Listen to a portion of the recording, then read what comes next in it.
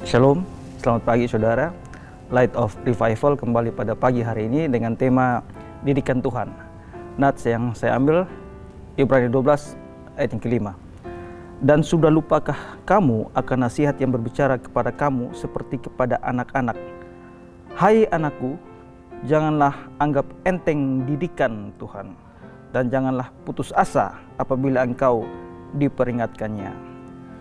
Kata didikan di sini dalam bahasa Yunani itu paideia, di mana menunjukkan suatu proses seorang anak didewasakan, dan ide di dalamnya ini mencakup ada didikan, ada disiplin, ada latihan, ada pukulan, ada penderitaan. Semuanya ini merupakan tanda bahwa ketika kita dididik oleh Allah, kita ini adalah anak-anak Allah. Dalam terjemahan bahasa Indonesia masa kini dikatakan bahwa, dan janganlah melupakan nasihat Allah ini yang diberikan kepadamu sebagai anak-anaknya. Anak-anakku, perhatikanlah baik-baik ajaran Tuhan. Nah, kita lihat bahwa referensi yang sama juga ada dalam Amsal 3 ayat 12. Karena Tuhan memberi ajaran kepada yang dikasihinya seperti seorang ayah kepada anak yang disayanginya. Dan juga dalam Wahyu 3 ayat 19. Barang siapa kukasihi, ia kutegur dan kuhajar. Sebab itu relakanlah hatimu dan bertobatlah. Jika kita tidak mau dididik Allah, sebenarnya kita ini bukanlah termasuk dalam golongan anak-anak Allah, melainkan kita ini anak-anak iblis.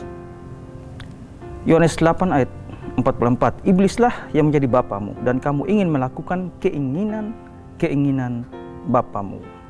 Nah, ada dua akibat dari didikan Tuhan ini, atau respon orang terhadap didikan Tuhan ini. Yang pertama, ada orang yang mau menerimanya atau bertahan dalam kesukaran-kesukaran yang Allah berikan. Tapi respon yang kedua, ada orang yang menolaknya, bahkan memberontak terhadap apa yang Allah berikan kepadanya. Dan untuk yang kedua ini adalah tipe orang-orang yang tidak percaya, saudara. Karena jika kita dianggap anak dan kita merasa diri anak, harusnya kita menerima didikan Tuhan. Tapi jika ada orang yang dididik Tuhan, tapi dia tidak menganggap didikan ini dari bapaknya atau dari Allah, maka pasti dia akan menolak didikan ini. Ini tandanya bahwa bapaknya bukan Allah, saudara. Ada satu artikel yang menyatakan bahwa banyak sekali orang yang menolak didikan Tuhan ini. Salah satunya adalah dengan bunuh diri, karena menganggap bahwa didikan Tuhan ini terlalu berat, saudara. Ada satu website dikatakan bahwa di wilayah NTT periode 2018 sampai 2021 merujuk pada data yang dikeluarkan oleh BPS atau Badan Pusat Statistik, sebanyak 303 kasus di tahun 2023 hingga Desember terdapat data 10-11 kasus terjadi di Kota Kupang, dan mirisnya rata-rata korban dari kalangan usia remaja.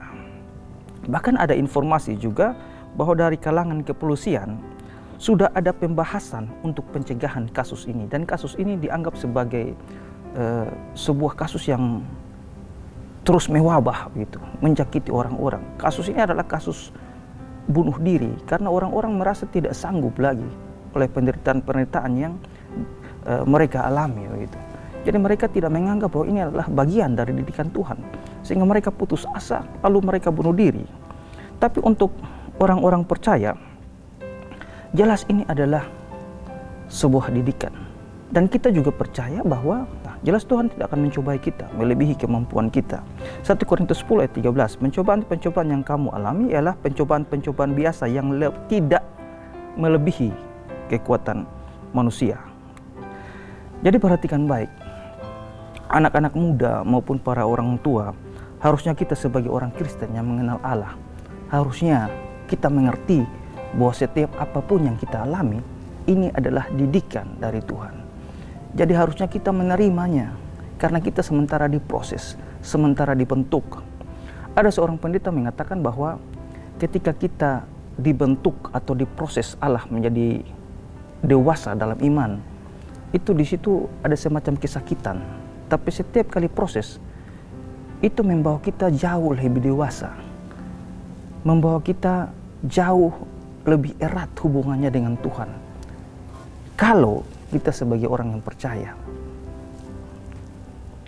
Jadi, percayalah, apapun yang dilakukan Tuhan kepada kita, Tuhan sedang mendidik kita. Kita yang adalah orang percaya. Percayalah pada Tuhan, karena Tuhan pasti memberikan bukan hanya yang baik dan yang terbaik, dan bukan rancangan kecelakaan, tapi rancangan damai sejahtera. Itulah didikan Tuhan.